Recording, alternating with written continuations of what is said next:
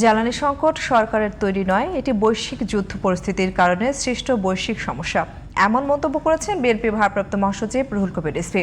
সকালে জিয়া উদ্যানে দলের প্রতিষ্ঠাতা শহীদ রাষ্ট্রপতি জিয়াউর রহমান এবং প্রয়াত সাবেক প্রধানমন্ত্রী বেগম খালেদা জিয়ার সমাধিতে শ্রদ্ধা নিবেদন ও দোয়া শেষে এমন মন্তব্য করেন তিনি জানান, প্রধানমন্ত্রী তারেক রহমান সব ষড়যন্ত্র মোকাবেলা করে দেশকে উন্নয়নের দিকে এগিয়ে নিতে কাজ করছেন। অসীম আল ইমরানের রিপোর্ট। শেকড় থেকে শিখরে। 20 আগস্ট বিএনপির মহাসচিব মির্জা ফখরুল ইসলাম আলমগীর দেশের 23তম রাষ্ট্রপতি নির্বাচিত হওয়ায় বিএনপির ভারপ্রাপ্ত মহাসচিব হয়েছেন রুহুল কবির রিজভী। দায়িত্ব পাওয়ার পর রোববার সকালে জিয়া উদ্যানে যান তিনি। এরপর হাজারো নেতাকর্মীকে সাথে নিয়ে বিএনপির প্রতিষ্ঠাতা শহীদ রাষ্ট্রপতি জিয়াউর রহমান ও প্রয়াত সাবেক প্রধানমন্ত্রী বেগম খালেদা জিয়ার সমাধিতে শ্রদ্ধা নিবেদন ও দোয়া করেন দলটির ভারপ্রাপ্ত মহাসচিব রিজভী। নেতানেত্রীর সমাধিতে শ্রদ্ধা নিবেদন শেষে গণমাধ্যমের মুখোমুখি হন নতুন ভারপ্রাপ্ত মহাসচিব রিজভী।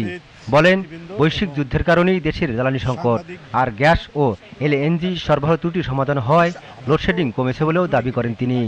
মহেশখালীতে ভাসমান যে টার্মিনাল, সেটার যে ত্রুটি হয়েছিল সেটা সম্পূর্ণরূপে সারাই করা হয়েছে, ঠিক হয়ে গেছে এবং এলএনজি ভর্তি কার্গো ইতিমধ্যে এসে পৌঁছেছেন এবং সরবরাহ চলছে। আপনারা জানেন যে দেশের বিভিন্ন অঞ্চলে গ্যাসের যে চাপ কমে গিয়েছিল সেই চাপ আবার বৃদ্ধি পেয়েছে, লোডশেডিং অনেক কমে গেছে। দুর্নীতিমুক্ত উন্নয়ন কাঠামো সম্ভব তা তারেক রহমানের গণতান্ত্রিক সরকারের উজ্জ্বলতম দৃষ্টান্ত বলে মন্তব্য করে রিজভী বলেন, জনগণের কাছে জবাবদিহিতা নিশ্চিত করেছে সরকার।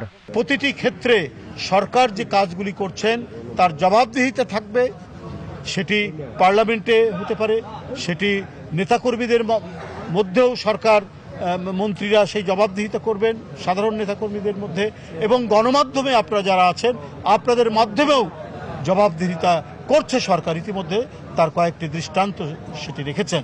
জনগণের সমস্যা সমাধানে সবসময় প্রধানমন্ত্রী তারেক রহমান তার প্রচেষ্টা অব্যাহত রেখেছেন বলেও জানান রিজভী। সরকার সফল হয় সেইটি তারেক রহমানের সরকার। অসীম আল ইমরান, জিটিভি নিউজ, ঢাকা।